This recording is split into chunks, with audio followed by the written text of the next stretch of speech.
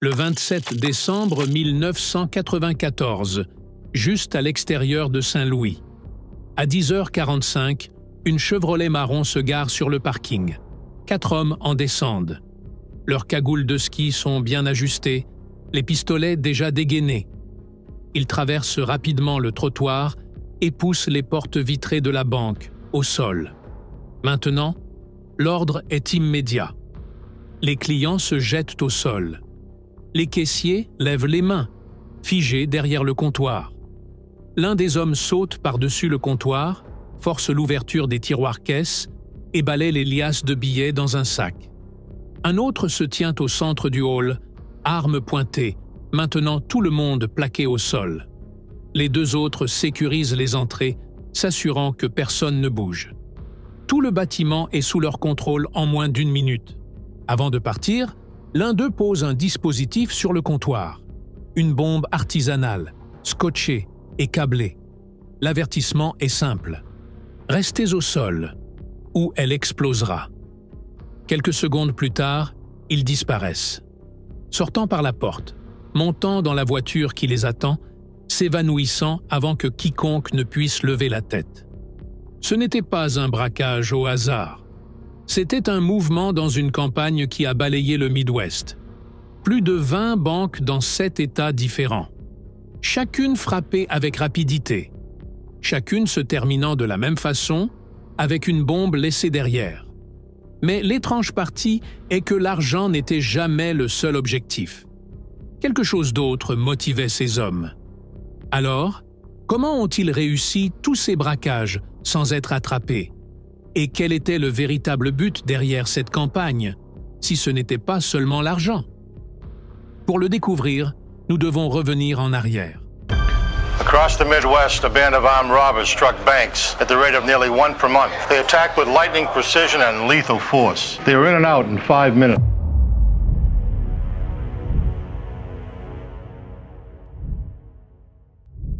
Le 25 janvier 1994, Ames, Iowa.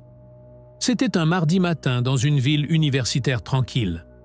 Le genre d'endroit où la plupart des rapports de crime concernaient du vol à l'étalage ou des infractions routières.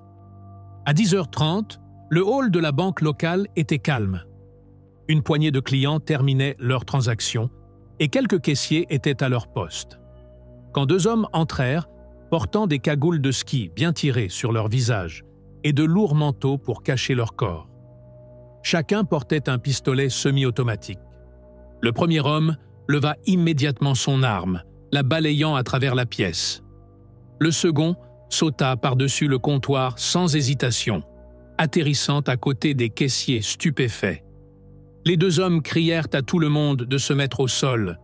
Les clients tombèrent où ils se trouvaient.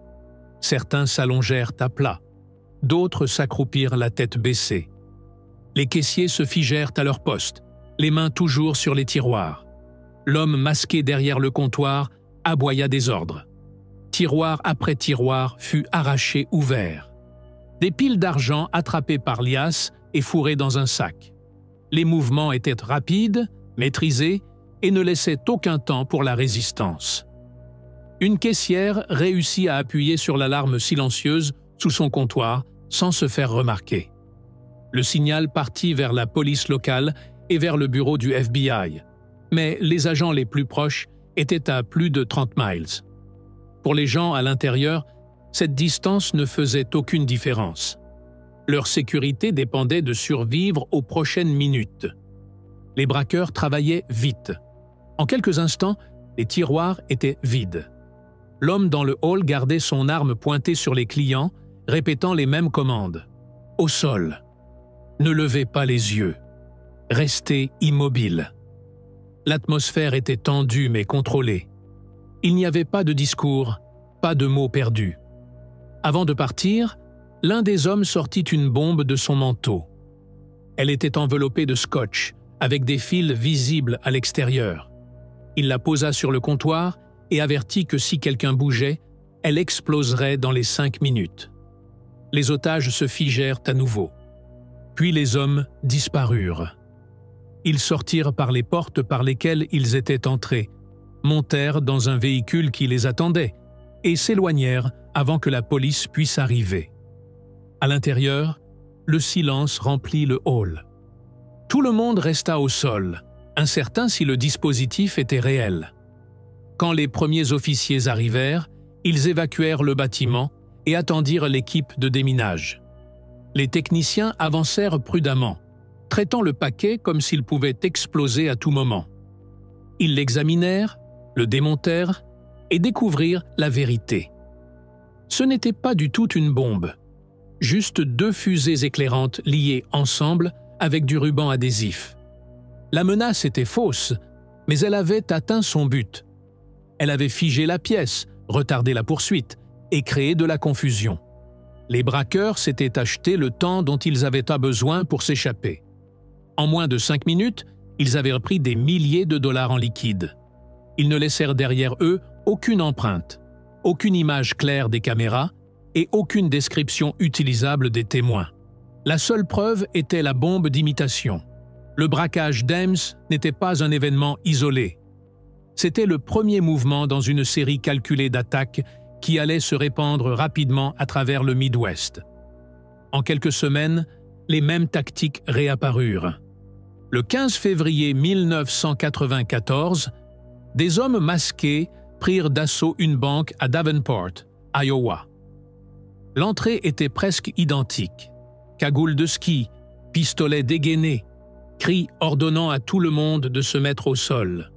L'un d'eux sauta le comptoir, balayant l'argent des tiroirs avec rapidité. Mais contrairement à Ames, le dispositif qu'ils laissèrent derrière n'était plus faux. Cette fois, c'était une vraie bombe artisanale. Elle était incomplète, manquant d'un détonateur, mais personne à l'intérieur ne pouvait le savoir. À nouveau, le bâtiment fut évacué et les techniciens de déminage durent la démonter pièce par pièce. Le temps que la scène soit déclarée sûre, les braqueurs étaient partis. La progression était claire.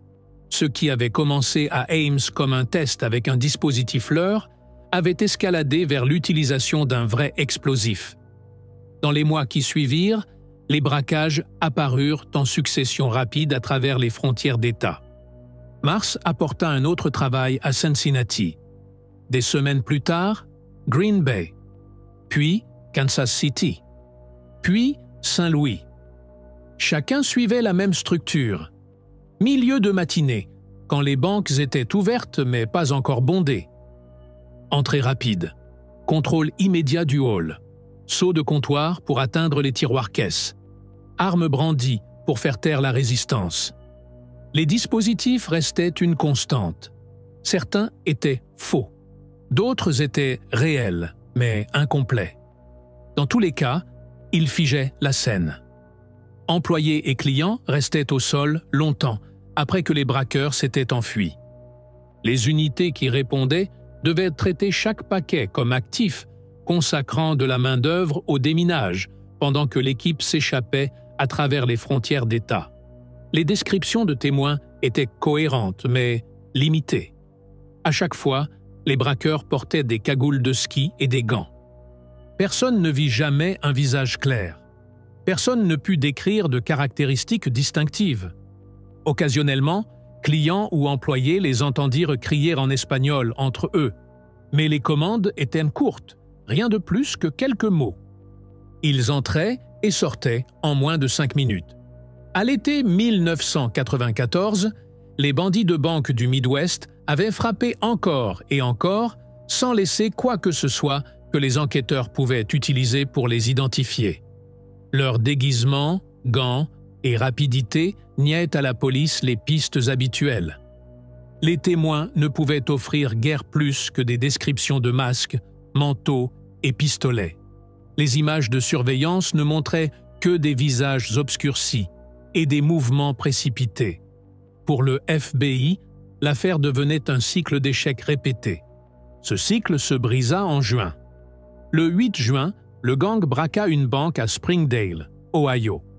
Leur routine était inchangée. 2 hommes entrèrent, portant des masques, pistolets levés, ordonnant à tout le monde de se mettre au sol. L'un sauta le comptoir, balayant l'argent dans un sac, pendant que l'autre tenait le hall sous contrôle. Un dispositif fut laissé derrière, comme toujours, pour retarder la poursuite. En quelques minutes, ils étaient repartis, emportant plus de 11 000 $ en liquide. Mais dehors, quelque chose de différent arriva. Plusieurs spectateurs aperçurent leur véhicule de fuite, une Chevrolet marron.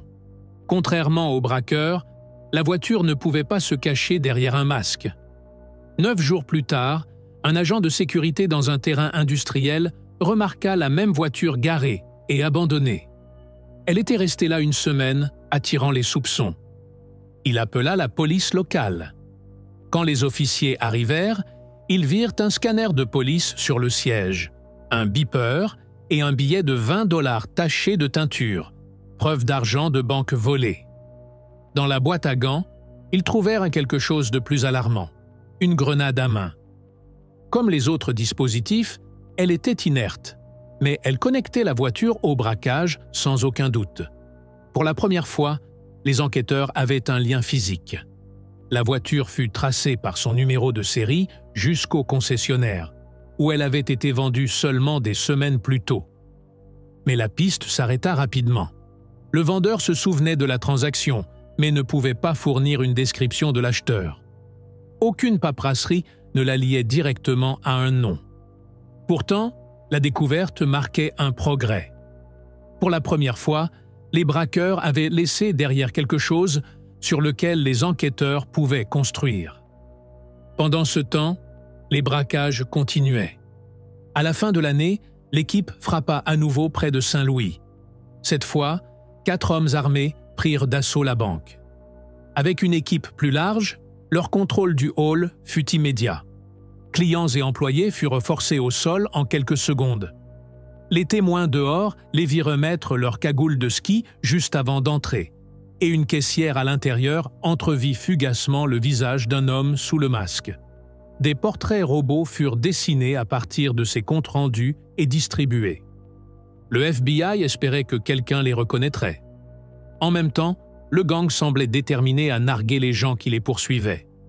Dans l'une de leurs voitures de fuite, les enquêteurs trouvèrent une coupure de journal sur Timothy McVeigh, le poseur de bombes d'Oklahoma City. Des lettres et dessins se moquant du FBI apparurent dans le courrier. Le message était clair. Les bandits voulaient l'attention, et ils voulaient que le bureau sache qu'ils étaient ridiculisés. Pourtant, la vraie percée ne vint pas d'une voiture ou d'un croquis. Elle vint d'un tuyau oublié. À la mi-1995, l'ampleur des braquages avait forcé le FBI à consolider les efforts. Des bureaux de 7 États, avec des agents de Washington, D.C., se rassemblèrent à Louisville, Kentucky, pour coordonner l'enquête. Chaque dossier, chaque piste, chaque rapport négligé fut revu à nouveau. L'idée était simple. Rien ne serait laissé non vérifié. C'est pendant ce processus qu'un tuyau de Cincinnati, enregistré l'année précédente, refit surface. Un appelant avait nommé 2 hommes comme suspects, Peter Langan et Richard Guthrie. Tous 2 avaient des antécédents criminels. Tous 2 avaient été arrêtés en Géorgie des années plus tôt pour un braquage à main armée dans une pizzeria. À l'époque, la police avait récupéré des armes semi-automatiques et des grenades, le même type d'armes maintenant liées aux bandits. Guthrie avait fait de la prison. Langan avait attiré l'attention des services secrets pour avoir fait des menaces contre le président. La piste était devenue froide, enterrée sous le flot de rapports, mais maintenant, elle était revue avec une nouvelle urgence. Les agents sortirent les photos d'identité judiciaire de Langan et Guthrie et les comparèrent aux portraits robots dessinés après le braquage de Saint-Louis. La ressemblance était indéniable. Les croquis auraient pu être tracés directement de leurs photos d'arrestation. Pour les enquêteurs qui avaient poursuivi des hommes masqués à travers les frontières d'État pendant presque 2 ans, c'était la première fois que les bandits avaient de vrais noms. La réalisation changea toute la trajectoire de l'affaire. Ce n'étaient pas des criminels ordinaires, braquant des banques pour un profit personnel. Langan et Guthrie étaient liés à des groupes suprémacistes blancs. Ils avaient un historique d'entraînement paramilitaire, de stock d'armes et d'idéologie antigouvernementale. Les braquages ne finançaient pas seulement un mode de vie. Ils finançaient une cause. Fin 1995, le FBI savait qui il poursuivait. Ils avaient des croquis, des photos d'identité judiciaire et une compréhension croissante de l'idéologie derrière les crimes. Mais connaître leur nom n'était que la première étape. Le vrai défi serait de les trouver. Langan et Guthrie avaient construit leur opération autour de la mobilité, de la discipline et du secret. Ils ne faisaient surface que pour frapper. Puis ils disparaissaient à nouveau, ne laissant derrière eux que la peur et des questions sans réponse. Les braquages continuaient. Les bandits avaient effectué au moins 15 travaux à travers le Midwest. Leur butin total atteignait maintenant des centaines de milliers de dollars.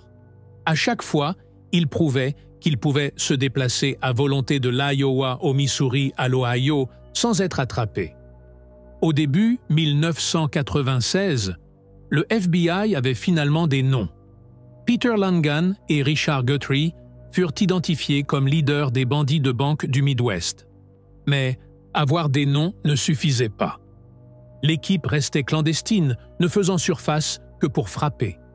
Pour les abattre, le bureau avait besoin de quelqu'un qui pourrait entrer dans leur monde.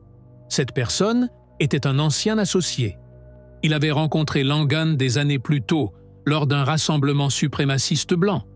Ils partageaient les mêmes cercles, la même rhétorique, et pendant un bref moment, les mêmes ambitions. Par Langan, il fut présenté à Richard Guthrie. Les deux hommes étaient expressifs, convaincus qu'ils construisaient quelque chose de plus grand qu'eux-mêmes. L'associé s'éloigna avant que les braquages ne commencent, choisissant de construire une nouvelle vie avec une épouse et un enfant. Mais il portait encore des souvenirs de ces jours, assez pour le rendre utile quand les enquêteurs vinrent le chercher. Les agents le pistèrent en Géorgie. Au début, il était réticent. Il ne voulait pas être tiré en arrière dans l'orbite d'hommes qu'il avait délibérément laissés derrière. Mais le FBI lui fit comprendre qu'il avait été assez proche de l'équipe pour que les procureurs puissent l'accuser de co-conspiration. Coopérer était sa voie de sortie. Il accepta. Pourtant, les agents avaient des doutes. Ils devaient être sûrs qu'il disait la vérité. Ils l'amenèrent dans un bureau à Cincinnati pour un polygraphe. Les résultats suggéraient une tromperie. Certains croyaient qu'il leur donnait des mensonges pour se protéger. Pendant des heures, la question persista. Lui faire confiance ou le lâcher? La réponse vint de manière inattendue. Alors qu'il était assis dans le bureau, l'informateur passa un appel à un ami mutuel avec qui il avait dîné des jours plus tôt.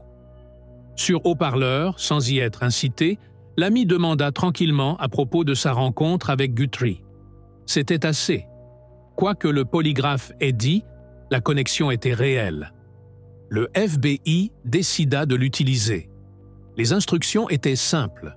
Se reconnecter avec Guthrie, construire la confiance, et quand il ferait surface, alerter le bureau. L'informateur portait un beeper lié directement aux agents, prêt à envoyer un signal dès qu'il ferait contact. Cela ne prit pas longtemps. À la mi-janvier 1996, Guthrie apparut à une rencontre à Cincinnati. L'informateur s'assit avec lui dans un parking, engageant une conversation anodine pour masquer ses nerfs. Guthrie était armé. Il avait un fusil d'assaut dans le véhicule avec un sac de munitions perforantes. Il était confiant, presque désinvolte, parlant des activités du groupe et suggérant des plans futurs. L'informateur le fit parler assez longtemps pour fournir aux agents une description de la camionnette et un numéro de plaque partiel. Puis, il bipa le FBI. Les équipes de surveillance reprirent la piste. Le 17 janvier, ils localisèrent Guthrie conduisant à travers la ville. Ils suivirent prudemment, radios ouvertes, actualisant chaque mouvement. Guthrie remarqua. Il accéléra, essayant de semer la filature. La poursuite serpenta à travers les rues de quartier jusqu'à ce qu'il tourne dans une route fermée près de la rivière. Il n'y avait pas de sortie. Guthrie abandonna la camionnette et courut. Un agent courut après lui, comblant la distance pas à pas. Le moment était tendu. Guthrie était connu pour porter plusieurs armes à feu. Il avait un pistolet à portée de main, et l'agent qui le poursuivait était certain qu'il allait se retourner et tirer. Au lieu de cela, Guthrie ralentit. Encerclé au bord de la rivière, avec des agents se rapprochant des deux côtés, il s'arrêta. Il leva les mains et se rendit. Le soulagement fut immédiat. Personne n'avait été abattu, et Guthrie était vivant pour faire face à l'interrogatoire. Sa camionnette, laissée derrière, était remplie d'armes et de fournitures qui se liaient directement au braquage.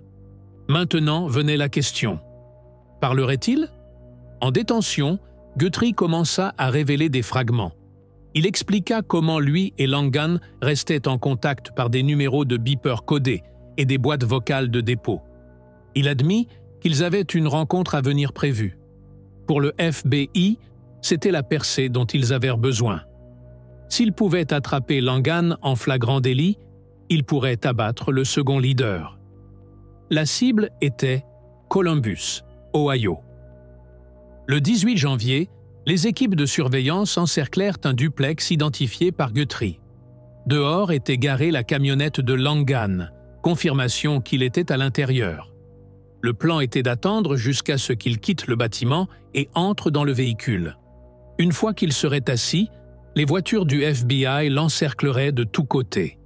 Ce serait rapide et contrôlé, limitant les chances d'une fusillade. À 9h30 du matin, Langan apparut. Il portait un sac en toile, lourd, le contour suggérant qu'il contenait une arme. Il marcha vers la camionnette, ouvrit la porte et monta à l'intérieur. Les agents attendirent le moment de frapper, mais Langan ne démarra pas le moteur. Il resta immobile, sans mouvement. Les secondes s'étirèrent. Puis, le signal vint. Bougez. Les véhicules rugissent en avant, bloquant chaque voie d'échappée. Les agents crièrent des commandes. La réponse de Langan fut immédiate. Il leva un pistolet et tira à travers la vitre. Les coups de feu déclenchèrent un barrage. Des dizaines de balles déchirèrent la camionnette. Les fenêtres se brisèrent. Les portes se froissèrent. Des fragments de verre et de métal remplirent l'air. Pendant quelques moments, la scène fut un chaos. Quand les tirs s'arrêtèrent, la camionnette était criblée de trous. Langan était encore vivant.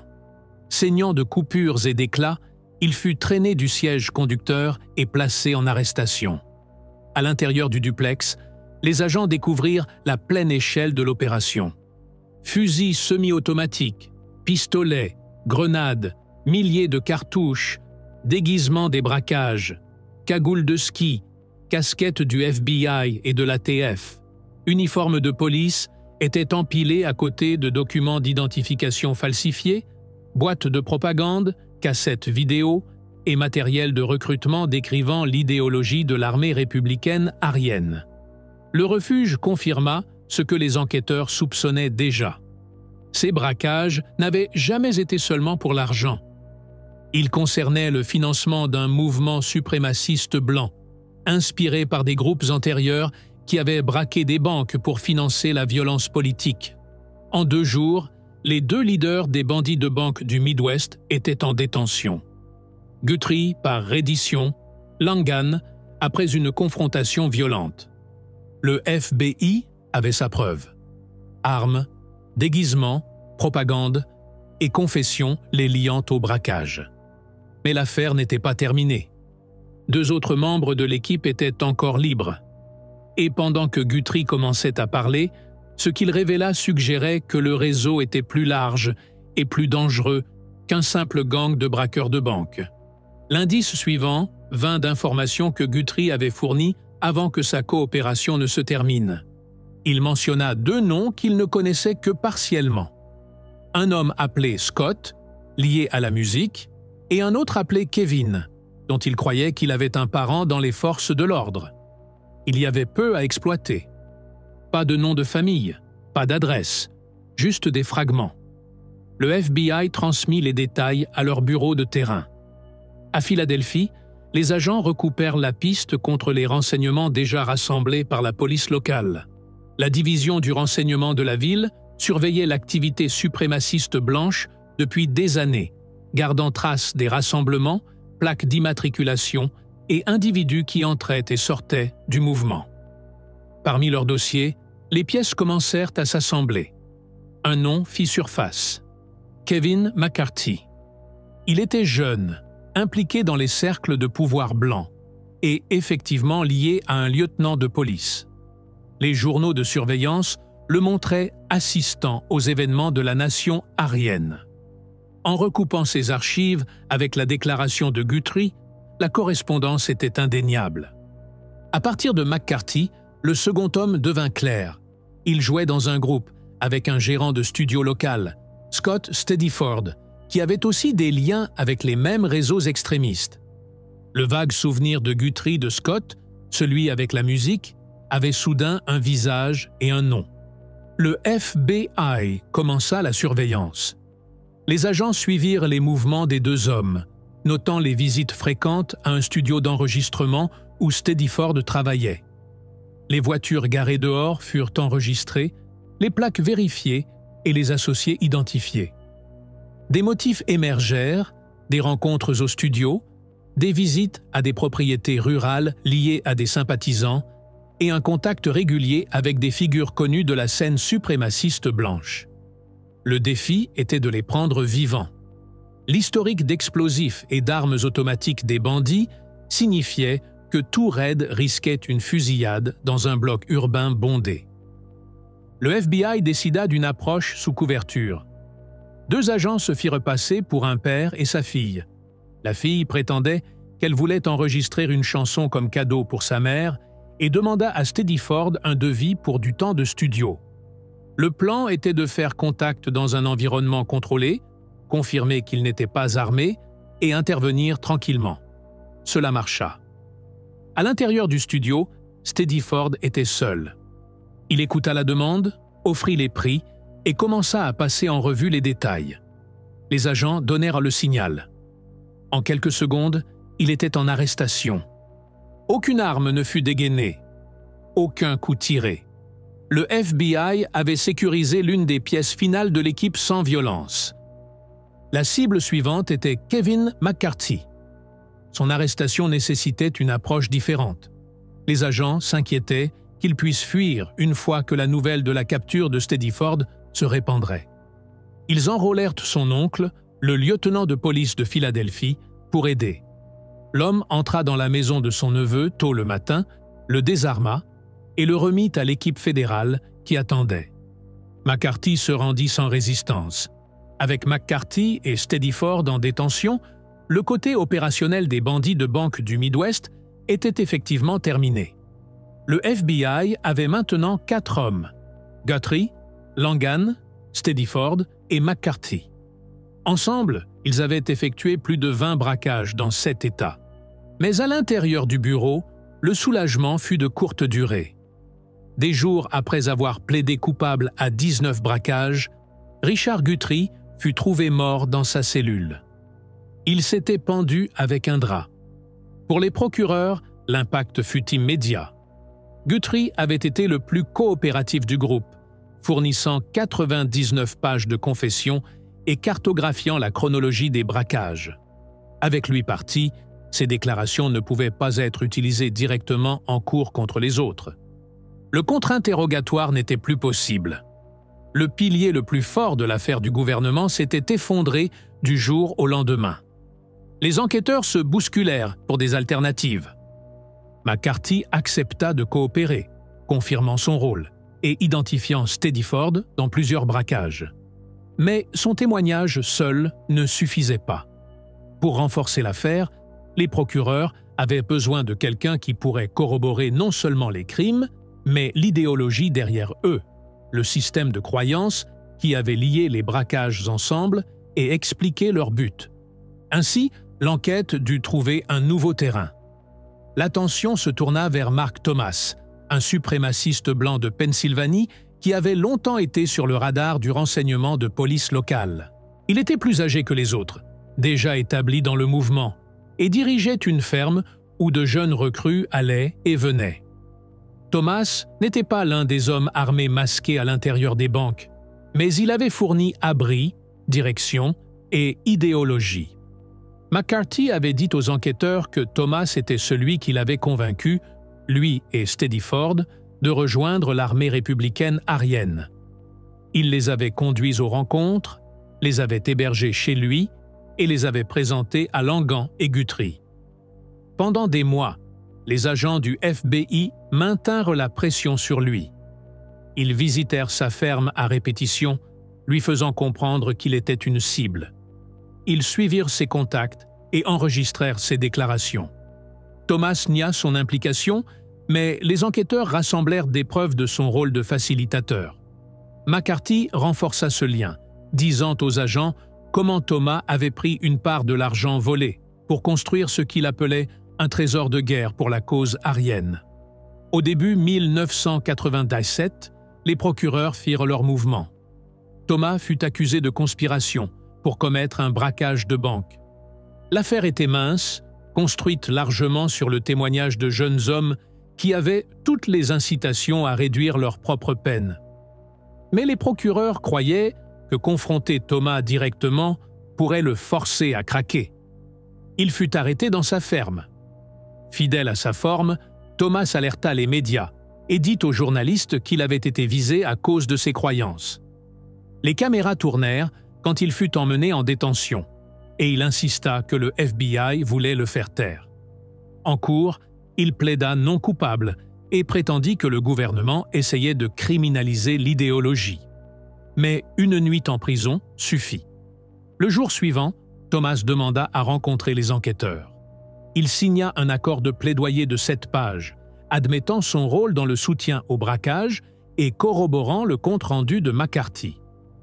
L'homme qui avait pris la pose d'un leader endurci du mouvement abandonna presque immédiatement quand il fut confronté à la réalité d'une cellule de prison. Sa coopération sécurisa l'affaire de l'accusation. Avec Thomas confirmant la conspiration, le gouvernement avait ce dont il avait besoin. Témoignages liant l'idéologie de l'armée républicaine arienne à l'argent volé dans les braquages. Les procès avancèrent. Peter Langan, identifié comme le leader opérationnel, fit face à des accusations de braquage de banque, violation d'armes et conspiration. Il refusa de coopérer, prétendant des motivations idéologiques, mais les preuves étaient écrasantes. L'arsenal de son refuge de Columbus, fusils, grenades, déguisements et propagande ne laissait aucun doute sur son rôle. Il fut condamné et sentencié à la prison à vie sans libération conditionnelle. Scott Steady-Ford passe en procès ensuite. Identifié comme l'un des hommes armés, il fut condamné sur plusieurs chefs d'accusation et sentencié à presque 30 ans de prison. Kevin McCarthy, le membre le plus jeune, choisit de coopérer. Il admit son rôle dans 2 braquages et témoigna contre ses associés. Sa coopération lui valut une peine plus légère de 5 ans, bien moins que les décennies qu'il aurait pu affronter. Mark Thomas, le mentor et recruteur, fut sentencié à 9 ans pour son rôle dans la conspiration. L'affaire ferma le chapitre sur l'une des équipes de braqueurs de banque les plus actives des années 1990. Au cours de 2 années, les bandits de banque du Midwest effectuèrent plus de 20 braquages dans 7 États. Ils volèrent des centaines de milliers de dollars, utilisèrent des explosifs faux et réels pour terroriser les victimes, et se moquèrent du FBI pendant qu'ils étaient en liberté. Mais ce qui avait commencé comme une campagne de vitesse et de discipline se termina avec des arrestations, des plaidoyers de culpabilité et de longues peines de prison. À la fin, la soi-disant armée républicaine arienne n'atteignit jamais sa vision. Leur tentative de construire une force révolutionnaire s'effondra sous la pression, la trahison et les réalités des poursuites fédérales. En 1997, la campagne était officiellement terminée. Le Midwest retourna au calme, et les hommes qui avaient bougé avec précision et vitesse de banque en banque furent enfermés, leurs plans exposés et leurs mouvements démantelés.